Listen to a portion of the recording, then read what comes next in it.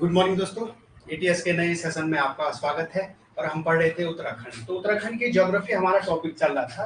तो उत्तराखंड की ज्योग्राफी में सबसे पहले हमने क्या देखा कि उत्तराखंड की भौगोलिक संरचना को हमने देखा कि किस प्रकार से उत्तराखंड की भौगोलिक संरचना है। जैसे उत्तरी अक्षांश में है, पूर्वी देशांतर में है, इंडिया में उत्तराखंड की स्थिति क्या है, इंडिया भारत के हिसाब से। तो ये सारी चीजें हमने देखी। उसके बाद संरचना के बाद हम देख रहे थे उत्तराखंड का भौगोलिक विभाजन हमने पढ़ा कि किस प्रकार से उत्तराखंड का विभाजन हुआ है। इस विभाजन के क्रम में हमने सबसे पहले पढ़ा था सिडनी गुराड़ जो थे, उन्होंने क्या किया था कि नदियों के आधार पर उत्तराखंड का विभाजन किया था। और उन्होंने चार प्रकार से जो हिमालय था, चार प्रकार के हिमालय में विभाजित किया था। पहले जो कश्मीर हिमालय था, फिर उसके बाद कुमाऊं हिमालय था, फिर नेपाल हिमालय था, फिर असम हिमालय था। इनके बारे में हमने चर्चा की थी कि किस जैसे सतलज और काली के बीच जो हमारा कुमाऊं हिमालय पड़ता है, तो उत्तराखंड कुमाऊं हिमालय के अंतर्गत उन्होंने रखा था। तो ये सारी चीजें हमने धीरे धीरे देखी कि किस तरीके से क्या क्या हुआ। अब थोड़ा सा हम रिवीजन करते हैं और फिर उसके बाद आगे बढ़ते हैं। तो सबसे पहले हमने ज्योग्राफी शब्द को, जो इराटेस्तेनीज थे, उन्होंने क्या किया था, ज्योग्राफी शब्द के बारे में कुछ बताया था। जो हमारे भूगोल के वैज्ञानिक थे, उन्होंने इराटेस्तेनीज इराटेस्तेनीज इनका नाम था। इन्होंने क्या किया था, भूगोल के बारे में, व्यवस्थित भूगोल का जो जनक इन्हें बोला जाता है। किसे बोला जाता है? इराटेस्तेनीज को बोला जाता है। तो ये चीजें हमने देखी थी। फिर उसके बाद धीरे धीरे हमने क्या देखा कि भौगोलिक विभाजन के बारे में हमने पढ़ा था। थोड़ा एक बार रिवीजन कर लेते हैं, फिर उसके बाद आगे बढ़ते हैं। तो उसके बाद हमने अक्षांशीय स्थिति देखी थी उत्तराखंड की। पहले उत्तरी गोलार्ध और पूर्वी देशांतर में है, और भारत के हिसाब से क्या है, उत्तर पश्चिम में क्या है, उत्तराखंड की स्थिति है। ये हमने देखा था। फिर उसके बाद हमने क्या पढ़ा था कि जो विदेशी देश है और जो राज्य है, उन पे उत्तराखंड की सीमा कहाँ कहाँ, कौन कौन से जिले जो है सीमा साझा करते हैं, इनके बारे में हमने पढ़ा था। तो हमने देखा था कि 5 जिले ऐसे हैं जो विदेशी सीमा बनाते हैं। उनमें था उत्तरकाशी, चमोली, पिथौरागढ़, चंपावत और उधम सिंह नगर। ये 3 नेपाल के साथ बनाते थे, और पिथौरागढ़ एक ऐसा जिला था जो नेपाल के साथ भी और चीन के साथ भी क्या करता था, अपनी सीमा साझा करता है। ये हमने पढ़ा था। हमने यहाँ से उत्तर से पूर्व तक क्या उत्तराखंड की जो लंबाई हमने पढ़ी थी 358 किलोमीटर हमने पढ़ी थी, और नीचे जो उत्तर से जो दक्षिण में है वो है 320 किलोमीटर। ये चीजें हमने पढ़ी थी। फिर उसके बाद जब हम आगे बढ़े तो हमने धीरे धीरे क्या किया कि जो हमारी सीमा का निर्धारण किया, उत्तराखंड की जो सीमा है कहाँ से कहाँ तक लगी है। ऐसा तो नहीं कि पूरा उत्तराखंड कहीं तक भी फैल जाएगा। कुछ पॉइंट थे जहां ऊपर से हमने देखा वृहद हिमालय था उत्तर में, दक्षिण में तराई का मैदान था जो हरिद्वार वाले एरिया में ये पड़ता है, ये हमने देखा। फिर उसके बाद पूर्व में हमने देखा काली नदी था, और पश्चिम में यमुना और टोंस जो हिमाचल प्रदेश और ये उत्तरकाशी देहरादून का बॉर्डर बनाते हुए बहती है, जो टोंस और यमुना नदी, ये कहाँ पश्चिमी सीमा का निर्धारण करती है। ये चीजें हमने पढ़ी थी। फिर उसके बाद जब हम आगे बढ़े तो धीरे धीरे हम उत्तराखंड की ज्योग्राफी में जो हमने इसके बाद हिमालय के बारे में चर्चा की। फिर नदियों के आधार पर ये हमने क्या देखा था, सिडनी गुणार्थ उन्होंने क्या किया था, नदियों के आधार पर हिमालय का विभाजन किया था। कश्मीर हिमालय हमने देखा, कुमाऊं हिमालय देखा, नेपाल हिमालय देखा, और असम हिमालय हमने देखा। कश्मीर जो हिमालय है सिंधु और सतलज के मध्य है, उसके बाद कुमाऊं हिमालय सतलज और काली के मध्य है। फिर नेपाल हिमालय जो है वो काली और तीस्ता के मध्य है, और असम हिमालय तीस्ता और ब्रह्मपुत्र नदी के मध्य है। ये चीजें हमने पढ़ी। फिर हमने स्कंद पुराण के बारे में भी थोड़ा सा चर्चा की थी कि स्कंद पुराण में यमुना और नंदा पर्वत तक केदारखंड बोला गया है, और नंदा पर्वत से कालीगिरी तक क्या बोला गया है, मानसखंड बोला गया है। इसमें लंबाई 30 योजन और चौड़ाई 50 योजन बताई गई है। ये सब चीजें हमने पढ़ी। फिर उसके बाद हमने थोड़ा सा अब भौगोलिक विभाजन पे हम गए थे। हमने बोला था कि जो उत्तराखंड है या जो इंडिया है, इसका विभाजन 8 प्रकार से, भौगोलिक विभाजन 8 प्रकार से किया गया है। तो पहला हमने देखा था ट्रांस हिमालय या पार हिमालय इसे बोलते हैं। ये इसका ज्यादातर हिस्सा कहाँ पड़ता है, तिब्बत में पड़ता है। उत्तराखंड में इसका, इंडिया में इसका हिस्सा कम है। तो यही चमोली में जो ट्रांस हिमालय है, जो नीति, किंगरी, विंगरी, माणा दर्रे हैं, वो किस में पड़ते हैं, वो ट्रांस हिमालय में पड़ते हैं। उसके बाद हमने थोड़ा सा चर्चा की थी बृहद हिमालय पे। तो आगे हम बढ़ते हैं उत्तराखंड का भौगोलिक विभाजन। उत्तराखंड का भौगोलिक विभाजन, ये हमारा टॉपिक चल रहा था, उत्तराखंड का भौगोलिक विभाजन। तो हमने चर्चा की कि कितने प्रकार से, 8 प्रकार से विभाजन किया गया है उत्तराखंड का। तो इन पे थोड़ा सा हम एक बार चर्चा कर लेते हैं, कभी इनका क्रम पूछ लिया जाए तो उस हिसाब से हम देख लेते हैं। तो सबसे पहला जो था वो हमने क्या पढ़ा था, ट्रांस हिमालय के बारे में हमने पढ़ लिया था। ट्रांस हिमालय में कुछ है नहीं, ये ट्रांस है, ये पार का हिमालय है। उत्तराखंड जो ऊपर जो इंडिया के मैप के हिसाब से अगर हम देखें तो इधर वाला एरिया जो यहाँ है, यहाँ ये हिमालय है। क्या हिमालय है? ट्रांस हिमालय। तो इसके बारे में ज्यादा हमें वो मिलता नहीं है। ट्रांस हिमालय हो गया। फिर उसके बाद जो दूसरा आता है, ये आता है बृहत हिमालय। इसको हिमाद्री भी बोलते हैं क्योंकि ये हमेशा बर्फ से ढका रहता है, इसलिए इसका नाम हिमाद्री भी है। और तीसरा पे आता है मध्य हिमालय। मध्य हिमालय, मध्य हिमालय, इसको लघु हिमालय भी बोलते हैं। तो मध्य हिमालय और लघु हिमालय एक ही है। फिर इसके बाद आता है दून या द्वार, दून द्वार क्षेत्र, जो बीच में पहाड़ों के बीच में छोटी मोटी जो 3600 जो घाटियां होती हैं उन्हें दून द्वार बोला जाता है। तो चौथे नंबर पे क्या आता है? दून द्वार। फिर पांचवा पे क्या आता है? शिवालिक हिमालय। शिवालिक हिमालय। तो परसों जो पेपर हुआ था उसमें पूछा भी गया था, जो आबकारी का पेपर हुआ था 30 जून को, उसमें एक प्रश्न ये भी बना था कि जो दून द्वार है वो किन दो हिमालयों के मध्य है। तो मध्य हिमालय या लघु हिमालय के और ये शिवालिक हिमालय के मध्य में क्या है? ये हमारा है दून द्वार क्षेत्र। तो ये चीजें जो हिमालय का विभाजन हमने देखा, 8 प्रकार से हिमालय का विभाजन किया गया है। तो अभी देखो 5 हो गया, 6 इसके बाद तराई भाबर, जो पहले देखते हैं, इसके बाद भाबर वाला एरिया आता है। फिर 7वां में आता है तराई और 8वां में आता है गंगा का मैदान। गंगा का मैदान। तो ये चीजें जो 8 प्रकार से भौगोलिक विभाजन हुआ है, भाबर तराई मेन यही शिवालिक तक ही आता है। तो ये चीजें उत्तराखंड के भौगोलिक विभाजन में ये चीजें हमने देखी। ट्रांस हिमालय के बारे में हमने पढ़ लिया था। बृहत हिमालय हमारा चल रहा था। इसका जो हमने देखा है कि 4500 से 7817 मीटर तक क्या है, इसकी ऊंचाई बताई गई है। क्यों बताई गई है? क्योंकि 7817 जो मीटर है वो जो हमारा नंदा देवी पर्वत है, सर्वोच्च जो पर्वत शिखर है नंदा देवी पश्चिमी, वो क्या है, उसकी ऊंचाई कितनी है? 7817 मीटर है। तो इसलिए इसकी जो ऊंचाई बताई गई कहां से कहां तक इसका, तो 4500 से 7817 मीटर क्या बताया गया है, इसकी ऊंचाई बताई गई है। तो आज हम थोड़ा चर्चा करते हैं हमारे बृहत हिमालय के बारे में। इसमें से थोड़ा देखते हैं कि इसमें क्या क्या है।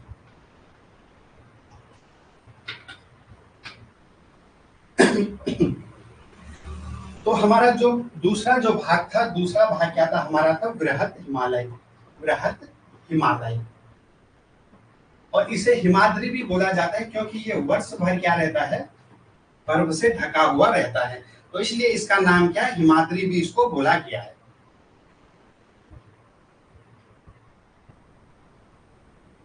तो मैप के हिसाब से देख लेते हैं।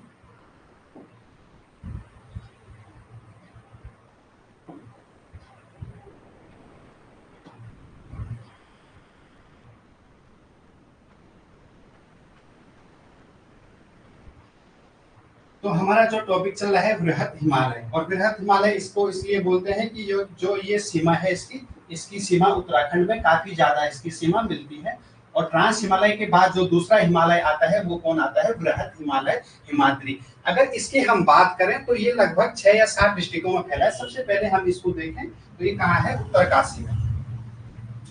तो अभी इसकी चर्चा हम देखें, अभी देख लेते हैं कि कहाँ, क्योंकि ये उच्च बृहत हिमालय है, सबसे ऊपर यही है। तो जो ऊपर वाले डिस्ट्रिक्ट हमारे होंगे उनमें ये क्या होगा? फैला होगा। तो इसकी अगर थोड़ा सा चर्चा करें, हम देखते हैं बृहत हिमालय के बारे में थोड़ा सा पढ़ते हैं। तो ये हो गया हमारे उत्तरकाशी में। उत्तरकाशी के बाद ये फैला है हमारे कहाँ? चमोली में।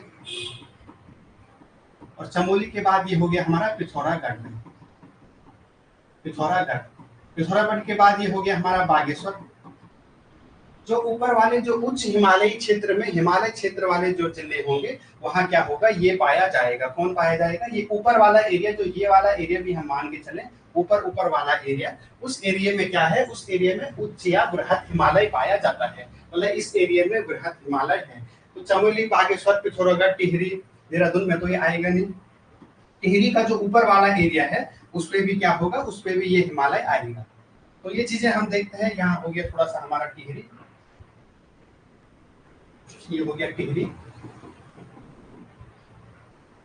और ये हो गया रुद्रप्रयाग, और ये थोड़ा सा बागेश्वर वाला ऊपर वाला एरिया। तो इन हिमालय जो हमारा बृहत हिमालय है वो उत्तरकाशी हो गया, चमोली हो गया, पिथौरागढ़ हो गया, उत्तरकाशी चमोली हो गया, पिथौरागढ़ हो गया, फिर ये बागेश्वर हो गया, फिर थोड़ा रुद्रप्रयाग, थोड़ा टिहरी, जो ऊपर वाला एरिया है उस एरिया में क्या है हमारा वृहद हिमालय है। तो वृहद हिमालय है तो इसमें आप देखते हैं कि इसमें क्या क्या चीजें पाई जाती है। सबसे पहले जो हमारी जो सबसे बड़ी नंदा देवी चोटी है, एक चोटियों की अगर हम बात करें, चोटियां पर्वत चोटियां जो होती हैं, तो यहाँ बात करें तो नंदा देवी जो पर्वत चोटी है वो कहाँ पाई जाती है, वो यही है। नंदा देवी जो चोटी की जो स्थिति है वो कहाँ है, हमारे वृहद हिमालय में ही है। तो इसके बाद यहाँ नंदा देवी चोटी, पंचचूली वगैरह वगैरह जो भी काफी हमारी हमारी जो चोटियां, नंदा देवी, कामेट, दूनागिरी, जो बड़ी बड़ी चोटियां हैं, जो उन चोटियां हैं, नंदा देवी, कामेट हो गया, दूनागिरी हो गया, नंदाकोट हो गया, जो सबसे बड़ी बड़ी चोटियां जो है लगभग ये सारी किस्में चमोली में ही है। तो जो ऊंची चोटियां हैं ये यहाँ वाला जो एरिया हो गया, इस एरिया में क्या है वृहद हिमालय की जो चोटियां हैं वो कहाँ है, ऊपर वाले जो एरिया है इन एरिया में क्या है वृहद हिमालय की चोटियां है। जो ऊपर वाला एरिया हमारा क्या है, ये वाला एरिया।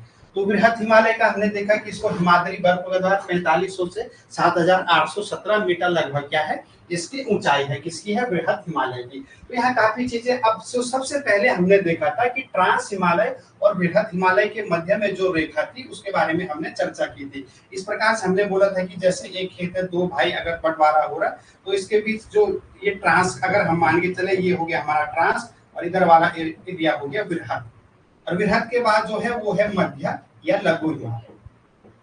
तो इनके बीच सीमाएं रेखाएं कुछ निर्धारण किया गया। जैसे मैंने बोला था कि एक खेत है, अगर उसका बंटवारा होना है तो उसके बीच में भी क्या होता है, सीमाओं का निर्धारण होता है कि कहां से किसका सीमा। तो यहाँ जो था, यहाँ हमने बोला था कि सच्चर जोन या हिंज लाइन, सच्चर जोन या क्या था, हिंज लाइन जो था वो ट्रांस और वृहद के मध्य था, और वृहद और लघु के मध्य मेन केंद्रीय, मुख्य केंद्रीय भ्रंश रेखा, मेन बाउंड्री फॉल्ट इसको बोलते हैं, मुख्य केंद्रीय भ्रंश रेखा जो इन दोनों के बीच पाई जाती है, जो इन दोनों के बीच क्या है, मेन सेंट्रल थ्रस्ट, जो इनके बीच सीमा का निर्धारण करता है, इसको बोले मेन सेंट्रल थ्रस्ट।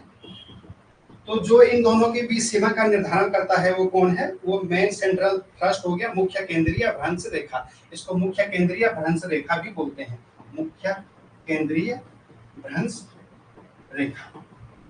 तो ये चीजें ये क्या करती हैं कि सीमा का निर्धारण करती है, यहाँ से यहाँ तक किसका एरिया है, वहां से वहां तक किसका एरिया है। तो ये जो रेखाएं हैं ये क्या करती है, ऐसे फैली हुई है, ऐसी ये रेखाएं, तो ये क्या करती है, सीमा का निर्धारण करती है कि किसके बीच कौन सा एरिया। जैसे यहाँ से यहाँ ट्रांस हो गया, फिर वृहद हो गया, तो बीच में एक रेखा आएगी सच्चर जोन या हिंज लाइन, उसके बाद वृहद हो गया, फिर लघु या जो मध्य हिमालय हो गया, उसके बीच मुख्य केंद्रीय भ्रंश रेखा या मेन सेंट्रल थ्रस्ट जो रेखा है वो रेखा क्या करती है, इनका विभाजन करती है।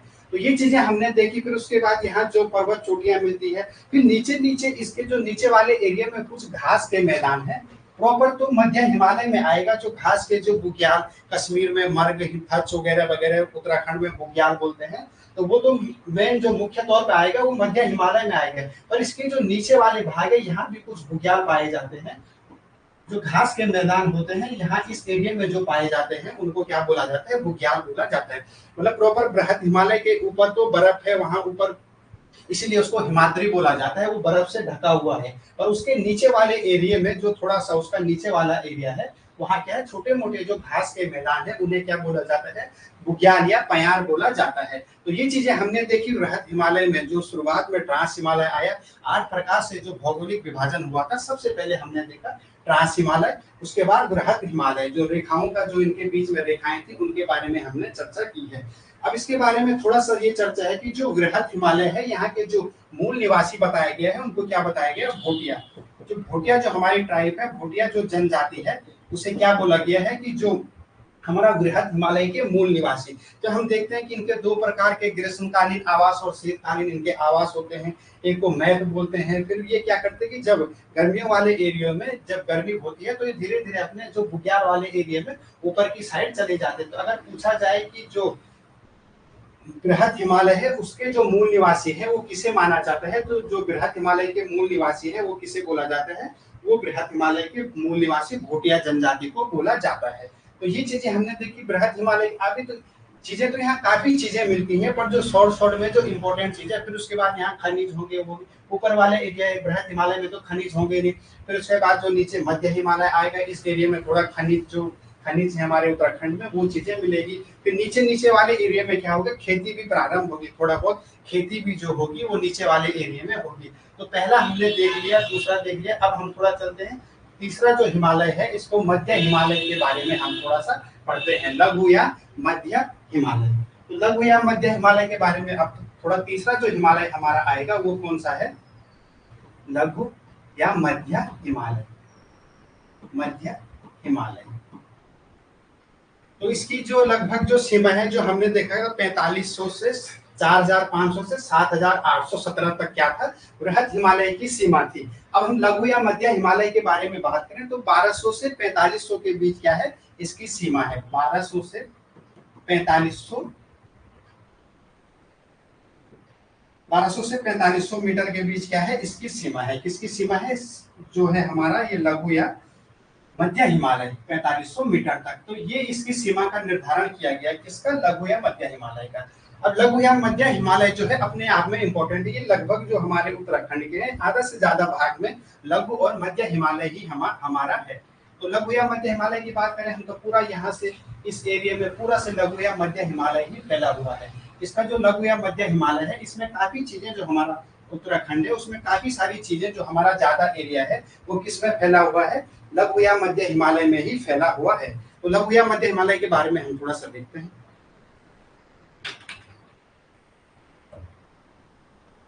तो इसका जो एरिया है, ये इसका एरिया माने हम तो ये किसके 1200 से 4500 मीटर के एरिया में है। और जो हमारा जो ये तो लघु हिमालय हो गया, इसके ऊपर जो हमारा वृहद हिमालय था ये क्या था, ये 4500 से 7817 मीटर तक था। और ये 1200 से 4500 मीटर तक है। क्या पता कभी पूछ लिया जाए कि इनकी कहाँ से कहाँ तक है, तो ये इनकी सीमाएं हैं, मतलब इस एरिया से इस एरिया तक क्या है, ये इनका एरिया है, मतलब किसका है, लघु या मध्य हिमालय का।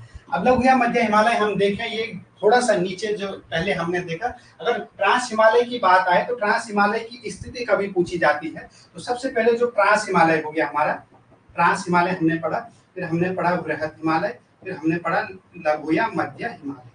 तो ट्रांस हिमालय को बोला जाता है कि ये बृहद हिमालय के क्या है, उत्तर में है, बृहद हिमालय के उत्तर में, उत्तर मतलब ऊपर वाला एरिया। उसके बाद बृहद हिमालय के बारे में इसकी स्थिति पूछी जाए तो ये ट्रांस हिमालय के दक्षिण में, ट्रांस हिमालय के क्या है, दक्षिण में है।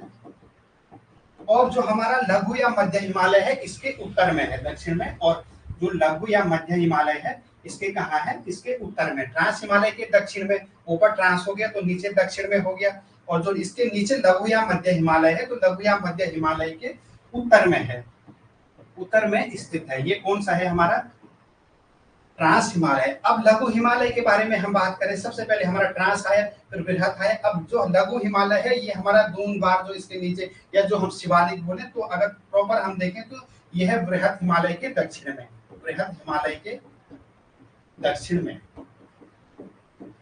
तो स्थिति भी कभी पूछ लिया जाए तो सबसे पहले ट्रांस हिमालय हमने देखा, ये बृहद हिमालय के उत्तर में, बृहद हिमालय नीचे होगा इसके उत्तर में, ऊपर है। फिर उसके बाद बृहद हिमालय हम देखें तो इसके ऊपर ट्रांस है तो ट्रांस के हो गया दक्षिण में, और जो नीचे लघु हिमालय है इसके उत्तर में। अब लघु हिमालय बात करें हम तो बृहद हिमालय के नीचे दक्षिण में, कौन से, ऊपर हो गया तो नीचे की साइड दक्षिण, ऊपर के साइड उत्तर।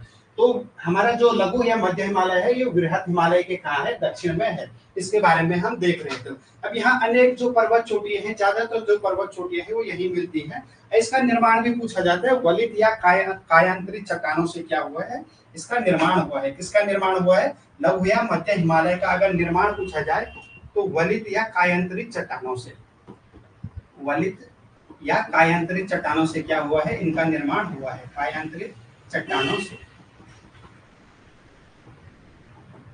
अब जो हमारा जो लघु या मध्य हिमालय वाला एरिया है ये काफी जो है, इस एरिया में अगर हम देखें तो इस एरिया में क्या कृषि, जो कृषि ऊपर वाला जो ट्रांस हिमालय होगा वो हमारे पास है, पार हिमालय है।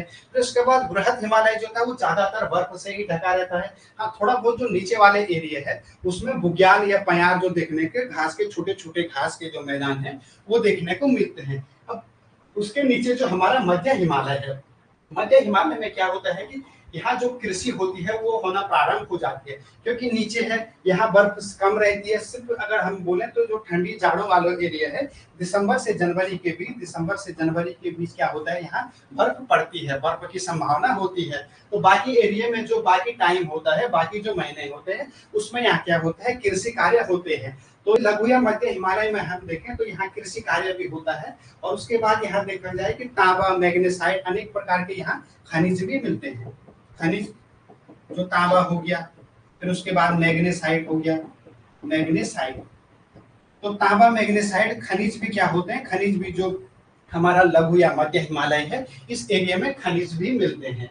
तो स्टार्टिंग से हमने ट्रांस हिमालय, फिर बृहद हिमालय, फिर लघु या, धीरे धीरे जैसे हम नीचे आ रहे हैं तो खनिज भी यहाँ मिल गए, यहाँ थोड़ा बहुत कृषि भी होगी। तो ये चीजें क्या है कि जैसे नीचे आएंगे, ऊपर हिमालय से नीचे की साइड हम आएंगे तो यहाँ अनेक प्रकार की चीजें होगी, जैसे खेती हो गया, जैसे हमारे खनिज हो गए, धीरे धीरे नदियां। अभी ये लघु हिमालय जो बृहद हिमालय, इसमें एक सबसे इंपॉर्टेंट चीज आती है, क्या आती है, दूधातोली श्रृंखला बोली जाती है। दूधातोली श्रृंखला, दूधातोली श्रृंखला। तो दूधातोली जो श्रृंखला है वो लघु या मध्य हिमालय में बोल है। इसका थोड़ा सा स्थिति देख लेते हैं। तो दूधातोली श्रृंखला की हम बात करते हैं, यहाँ से 5 उत्तराखंड का पामीर इसको बोला जाता है। यहाँ से लगभग 5 प्रकार की नदियां जो है वो निकलती हैं। तो इसके बारे में थोड़ा सा देख लेते हैं हम। तो दूधातोली श्रृंखला जो है, इसकी स्थिति कहाँ है, अगर इसकी स्थिति पूछा जाए तो दूधातोली जो श्रृंखला है वो कहाँ है, वो मध्य हिमालय में है। मध्य हिमालय में पूछा जाए कि जो जैसे हमारा अभी इससे पहले शिवालिक हिमालय के बारे में पूछ लिया गया था, तो कभी हो सकता है पूछ जाए कि दूधातोली श्रृंखला कहाँ है। तो दूधातोली जो श्रृंखला है वो जो है वो मध्य हिमालय में है। यहाँ से अब इसका जो प्रॉपर स्थान है वो चमोली और पौड़ी के बीच में बोला गया है। चमोली या पौड़ी के बीच में इसकी जो स्थिति बताई गई है। इससे पहले जो था, इससे पहले कहीं एक बुक्स में अल्मोड़ा भी आया था थोड़ा सा, और प्रॉपर इसकी स्थिति कहाँ है, ये पौड़ी में है और चमोली में है। और ज्यादातर भाग इसका कहाँ बोला जाता है, पौड़ी में है। तो एक बार प्रश्न भी बना था कि जो दूधातोली श्रृंखला है वो कहाँ है, तो उसका आंसर शायद पौड़ी आया था। तो हमें पौड़ी ही याद रखना पड़ेगा। अब यहाँ से जो दूधातोली श्रृंखला है, उत्तराखंड का पामीर इसको बोला जाता है। तो इससे 5 नदियां मिलती हैं, 5 नदियां यहाँ से निकलती हैं। तो उन नदियों में कौन सी है, पूर्वी नयार होगी, फिर पश्चिमी नयार होगी, फिर पश्चिमी रामगंगा होगी, फिर एक है आटागाड़ और एक है वोनो। आटागाड़ तो ये नदी सिमली के पास, जो चमोली वाला एरिया है, सिमली कर्णप्रयाग से थोड़ा सा आगे है सिमली। ये आटागाड़ जो नदी है ये किसकी है, पिंडर की सहायक नदी है। और ये जो दोनों नदी है वो तो गंगा की सहायक नदी है। तो पिंडर की सहायक नदी कौन, सिमली जो एरिया पड़ता है कर्णप्रयाग से थोड़ा सा लगभग 15 या 20 किलोमीटर आगे, तो वहाँ सिमली एरिया पड़ता है, उसमें आटागाड़ जो है पिंडर नदी में मिलती है। तो 5 जो नदियां निकलती है वो कहाँ से मिलती है, दूधातोली श्रृंखला से। और दूधातोली श्रृंखला कहाँ है, मध्य हिमालय में। और प्रॉपर इसका जो स्थान है पौड़ी और चमोली में क्या पड़ती है, दूधातोली श्रृंखला पड़ती है।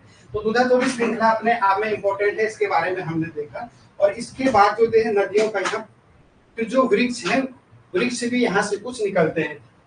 एक सेकेंड।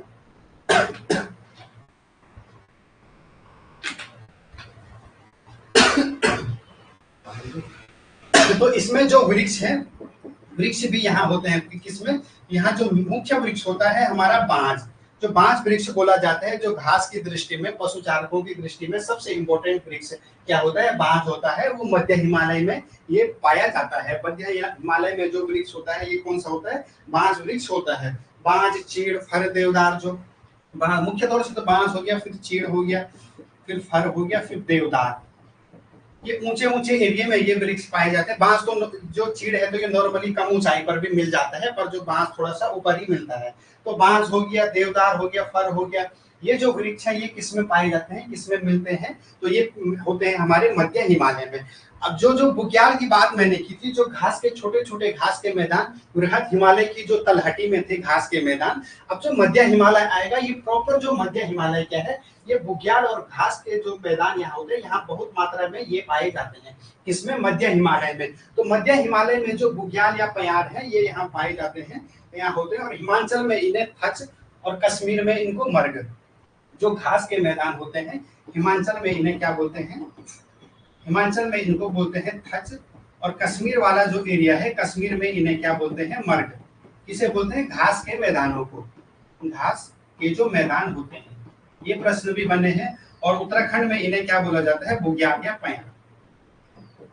उत्तराखंड में इन्हें क्या बोला जाता है, बुग्याल। तो छोटे छोटे जो घास के मैदान है, ये हमारे लघु या मध्य हिमालय में बहुत, मतलब इनका जो मेन जो ग्रह हम माने, मेन इनका घर माने, तो ये यही है, लघु या मध्य हिमालय में जो घास के मैदान होते हैं। पशु चारकों का स्वर्ग भी इसको बोला जाता है, पशु चारकों का स्वर्ग।